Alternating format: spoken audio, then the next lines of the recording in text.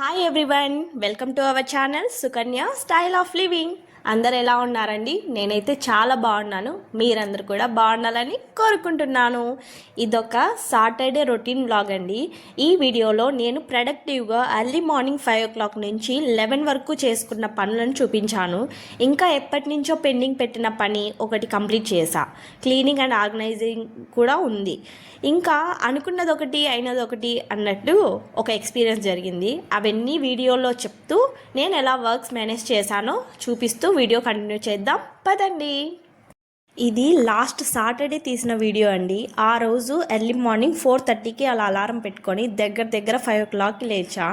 ముందు రోజు నైట్ కొంచెం క్లీనింగ్ చేసుకుంటూ పడుకోవడం లేట్ అయింది. 11:30 అలా ఆ టైం పడుకున్నా.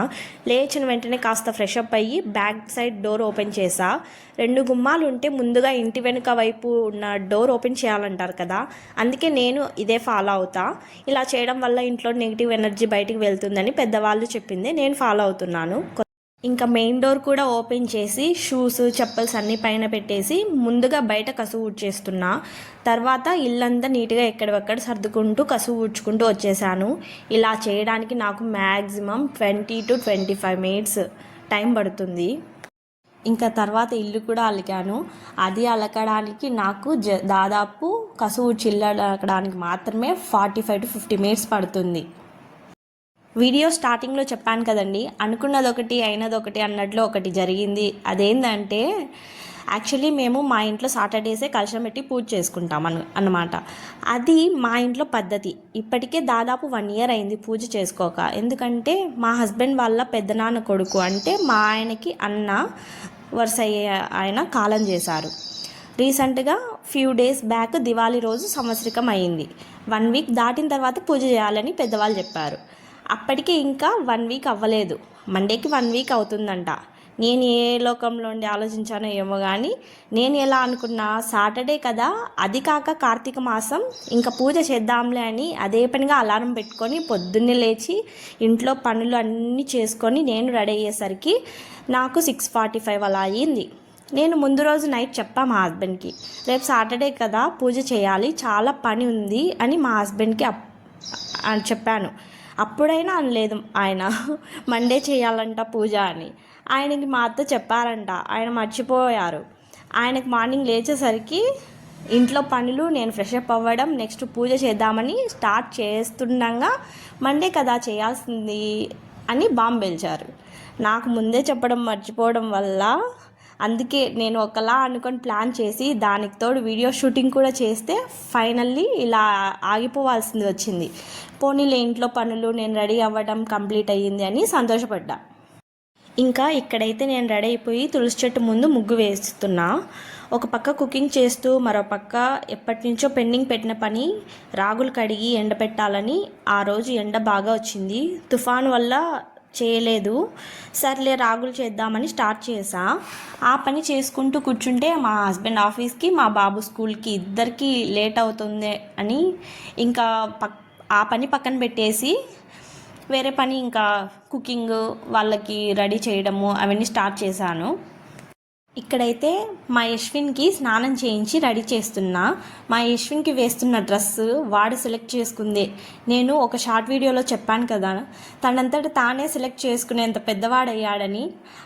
తనంతట తాను సెలెక్ట్ చేసుకునేంత పెద్దవాడైనందుకు నాకైతే చాలా హ్యాపీ. కానీ ఇలా క్లమ్జీగా అంత వార్డ్రోబ్ గలీజ్ చేస్తున్నందుకు కొంచెం 1-2 సార్లు సర్దుకోవాల్సింది వస్తుంది. అది కొంచెం ఇబ్బందిగా ఉంది.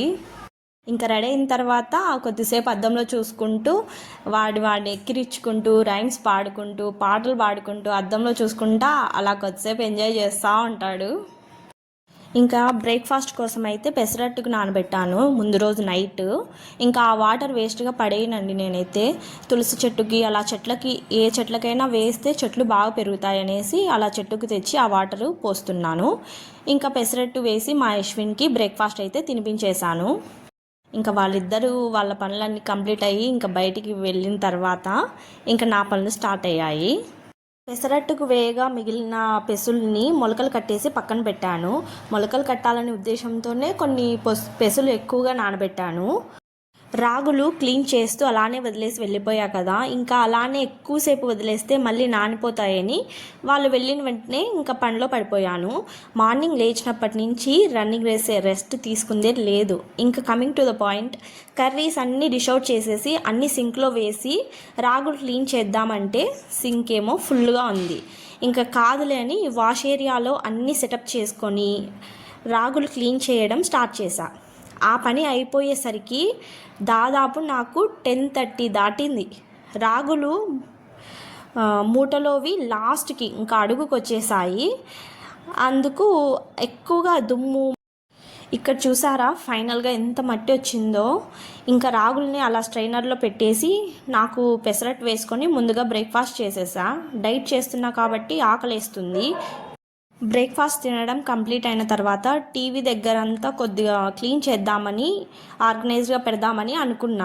టీవీ దగ్గర అయితే నేను కానీ, మా హస్బెండ్ కానీ, ఆఖరికి మా యశ్విన్ కానీ ముగ్గురు. ఇంకా ఇక్కడైతే అన్నీ క్లియర్ చేస్తున్నా. వేస్ట్ పేపర్స్ అన్నీ అలాంటివి పడేసి ఎక్కడ వస్తువులు అక్కడ సర్దేసి ఒక క్లాత్ తీసుకొని ఫస్ట్ దుమ్ము దులిపేస్తున్నా. టీవీ దగ్గర ఒక క్లాత్ అండ్ ఒక చిన్న స్ప్రే బాటిల్లో వాటర్ పెట్టి ఉంటా. క్లీన్ చేసుకోవడానికి ఈజీగా ఉంటుందని ఈ టిప్ మా అమ్మ చెప్పింది. క్లీన్ చేసుకోవడానికి అందుబాటులో ఒక క్లాత్ ఉంటే క్లీన్ చేయడం చాలా ఈజీ. అందుకే అలా చేతికి దగ్గరలో పెట్టుకుంటే చాలా ఈజీగా డైలీ అలా స్ప్రే చేసి తుడుచుకుంటే ఎప్పటికప్పుడు నీట్గా క్లీన్గా ఉంటుంది. మీకు నచ్చితే ఈ టిప్ ఫాలో అవ్వండి. ఇంకా ఇక్కడైతే గాజుది ఒక బౌల్ తీసుకున్నా. అందులో కాస్త ఫ్లవర్స్ డెకరేట్ చేసుకోవడం అలవాటు నాకు. కుదిరినప్పుడంతా చేస్తూ ఉంటా. ఆ బౌల్లో వాటర్లో జవ్వాదు పౌడర్ వేయడం వల్ల మంచిగా ఆ రూమ్ వరకు మాత్రం మంచిగా స్మెల్ వస్తుంది. అలా ఫ్లవర్ పాట్ని చూడగానే అందులో లెమన్ కూడా వేసి పెట్టాను కదా, అలా వేసి పెట్టడం వల్ల ఇంట్లో నెగిటివ్ ఎనర్జీ ఉంటే పోతుంది అని అంటారు. అలా వీక్లీ వన్స్ ఆ లెమన్ని చేంజ్ చేస్తూ ఆ వాటర్ని అంతా చేంజ్ చేసి ఫ్రెష్గా వీక్లీ వన్స్ నాకు కుదిరినప్పుడు ఫ్రైడే కానీ ఇంకా ఆ ఫ్లవర్ పాట్ పక్కనే ఒకటి తాబేలు వాటర్ పోసి గాజుదే అది కూడా ఒకటి డెకరేటివ్గా పెట్టుకున్నాను. దాని మీద ఈ రోజా ఫ్లవర్ పెట్టడానికి ఎంతసేపు అసలు అది నిలబడడం లేదు అనేసి ఇంకా అది తీసేసి ఒక చామంతి పువ్వు పెట్టాను. అది పెట్టిన వెంటనే నిలబడిపోయింది. ఇంకా ఆ రోజా పువ్వు తీసి పక్కన పెట్టేశాను. ఇక్కడ చూడండి ఇంకా ఫైనల్ అవుట్పుట్ ఎలా ఉందో, మీకు ఎలా అనిపించిందో చెప్పండి. నాకైతే చాలా బాగా నచ్చింది అంత నీట్గా పెట్టుకోవడం. అక్కడ అలా ఎన్ని రోజులు నీట్గా ఉంటుందో చూడాలి. మరి రాగులు స్ట్రైనర్లో వేసి పెట్టాను కదండి, అందులోని వాటర్ అన్నీ కారిపోయాయి. ఇంకా తీసుకొచ్చి బయట ఒక క్లాత్ వేసి దాని మీద రాగులని స్ప్రెడ్ చేసా. మార్నింగ్ ఎండ వచ్చింది కదా అనేసి క్లీన్ చేస్తే ఎండేమో పోయింది. సర్లే ఇంకా క్లీన్ చేసిన తర్వాత ఏం చేస్తామని ఫ్యాన్ వేసి ఫ్యాన్ కింద ఆరబెట్టాను. ఇంకా ఈ పనులన్నీ కంప్లీట్ అయ్యి కొంచెం వాటర్ తాగి అలా ఒక 5 minutes అలా కూర్చున్నా అంతే. ఇంకా మా యశ్విని స్కూల్ నుంచి తీసుకొచ్చే టైం అయిందనేసి ఇంకా వీడియో షూటింగ్ స్టాప్ చేసేసి ఇంకా వెళ్ళి మా బాబుని తెచ్చుకున్నాను. ఇంకా ఇది వచ్చేసి ముందు రోజు నైట్ క్లీనింగ్ చేసి పడుకునేసరికి లేట్ అయింది, 11:30 అయిందని చెప్పాను కదా. ఇదో కొంతమంది అంటూ ఉంటారు కదా, ఇంట్లో హస్బెండ్ ఆఫీస్కి వెళ్ళాక పిల్లలు స్కూల్కి వెళ్ళాక ఇంకేం పని ఉంటుంది, ఇంకా మళ్ళీ వాళ్ళు తిరిగి వచ్చేంత వరకు ఖాళీనే కదా అని అంటారు కొంతమంది. చూసారా, కంటికి కనపడని పనులు, అసలు అవి పనులేనా అనిపించే పనులు కూడా చాలా ఉంటాయి. తెలియకుండా చాలా పనులు.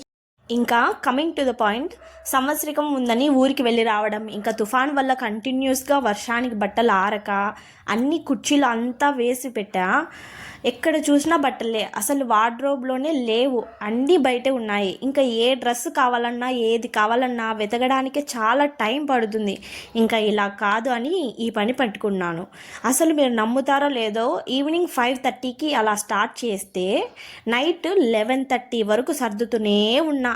మధ్యలో ఒక 1/2 hour to 45 minutes స్టాప్ చేసి ఉంటా. అది కూడా మా బాబుకి ఫుడ్ పెట్టడానికి అండ్ కిచెన్ క్లీన్ చేసుకోవడానికి మాత్రమే.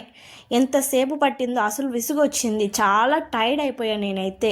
అలా అంతా క్లీన్ చేసుకుంటూ సర్దుకుంటూ మధ్యలో మా యశ్విని చూసుకుంటూ వాడు మధ్యలో డిస్టర్బ్ చేయడం ఒకటి, అలా ఇలా చాలా చాలా టైం పట్టేసింది. అసలు నాకైతే చాలా విసుగు వచ్చేసింది.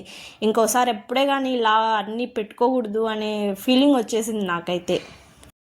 ఇంకా వీడియో విషయానికి వచ్చేస్తే పై పై ర్యాక్లో వచ్చేసి బెడ్షీట్లు, పిల్లో కవర్స్, ఇంకా కర్టన్స్ ఇలాంటివన్నీ నీట్గా అరేంజ్ చేసా.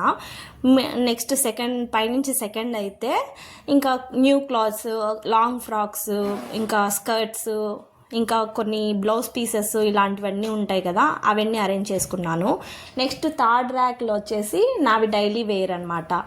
ఇంకా లాస్ట్ ర్యాక్ వచ్చేసి ఇంకా మా యశ్విన్కి అంకితం అనమాట. ఇంకా అది మా యశ్విన్ ర్యాక్ ఎలా సర్దాను ఏంటి అనేది ఒక షార్ట్ వీడియో పెట్టాను. ఆ వీడియో ఎవరైనా చూడకపోతే ఐకార్డ్లో కానీ, ఇంకా ఇక్కడైతే మా యశ్విన్ వచ్చేసి వాడిని ఎత్తుకోమని అడుగుతున్నాడు. నాకు పనింది నాన్న, నా వల్ల కాదు. ఆ ర్యాక్లో ఉన్నవన్నీ ఫస్ట్ నీట్గా సర్దేశాను. అదంతా కంప్లీట్ అయిపోయిన తర్వాత ఇంకా ఇటుపక్క కుర్చీలో ఉన్నాయి చూడండి, అబ్బా ఇంకా అవన్నీ కూడా నీట్గా అదే వాటి ముగ్గట్టి కలిపి ఉన్నాయి. వేటికి వాడి అన్నీ నీట్గా సెగ్రిగేట్ చేసి ఎక్కడివక్కడ నీట్గా సర్దేసుకున్నాను. అంతే అండి. వీడియో పెట్టక చాలా రోజులైంది. రోజులు కాదు, యాక్చువల్లీ చాలా నెలలైంది. ఈ వీడియో మీద మీ ఒపీనియన్ కామెంట్ చేయండి. If you like this video please like చేయండి. Share to your friends and family members. Thanks for watching. Bye YouTube family.